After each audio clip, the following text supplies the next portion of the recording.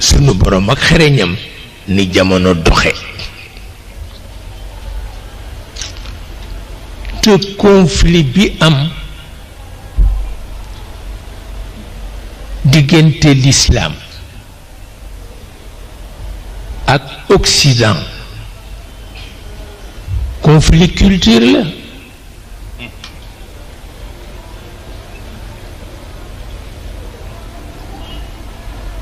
moo tax bu sago amee dana man bañ indi ay moo tax bu sago amee dana man bañ indi ay wante bu sago amul àdduna tukki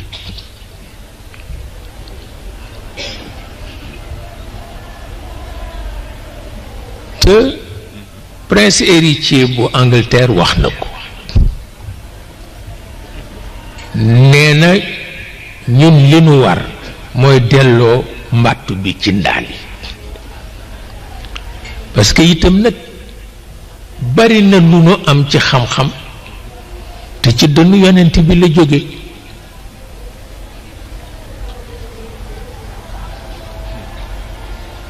bari na lu ñu am ci xam-xam te ci dënnu yonent bi la jóge محمدا في علمه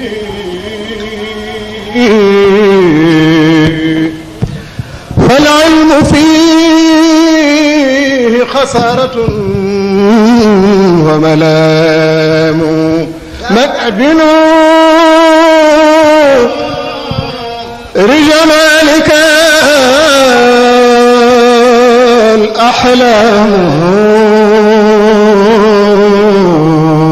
الأحلام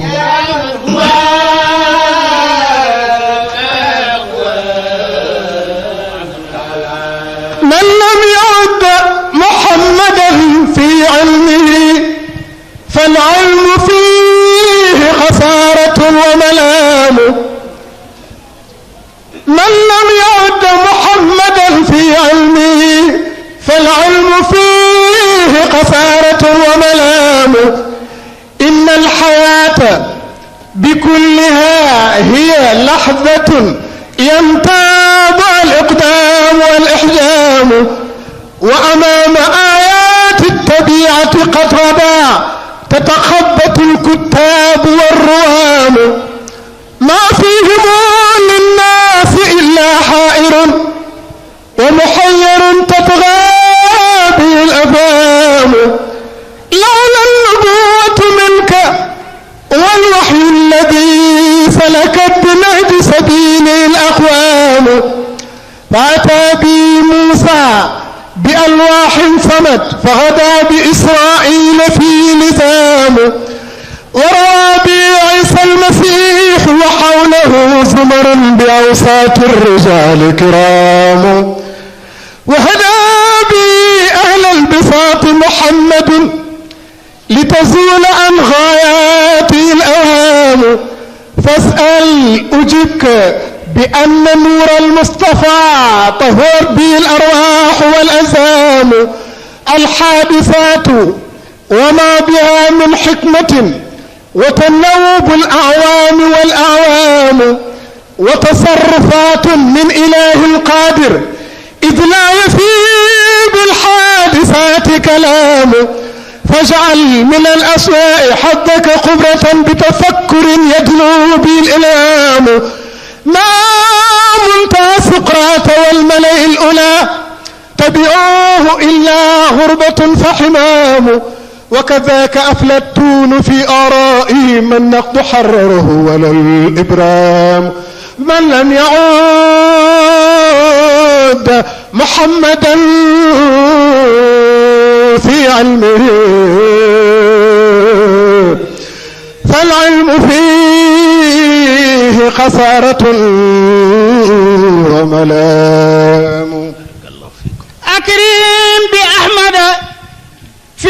نظام المولد أكرم بمولد أحمد من مولدي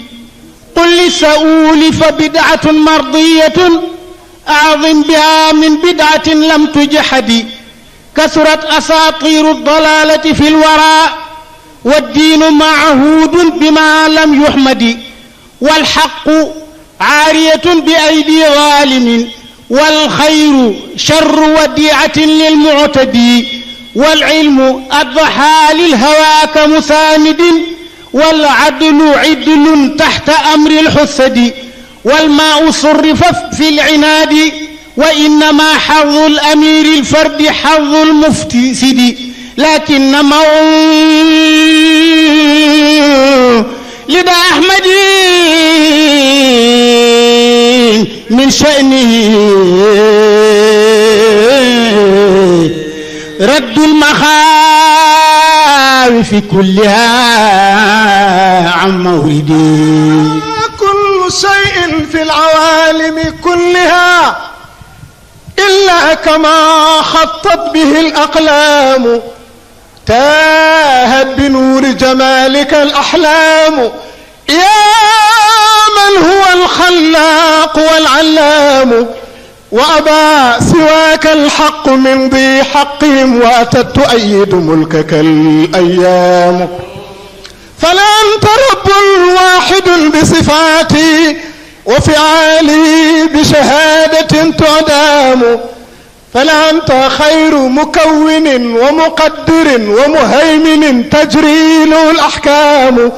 ما كل شيء في العوالم كلها إلا كما خطت به الأقلام فالشمس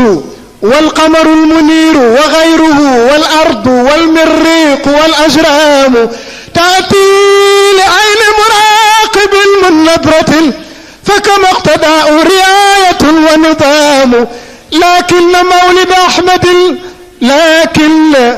ذاتك لا ترى إلا كما تندك قرب جلالها الأعلام سلام هذا وأهل الأرض تطلب رزقها ماء ونبتا حوله الأنعام وخصائص الغازات والطاقات في سلب وإيجاد له الإلهام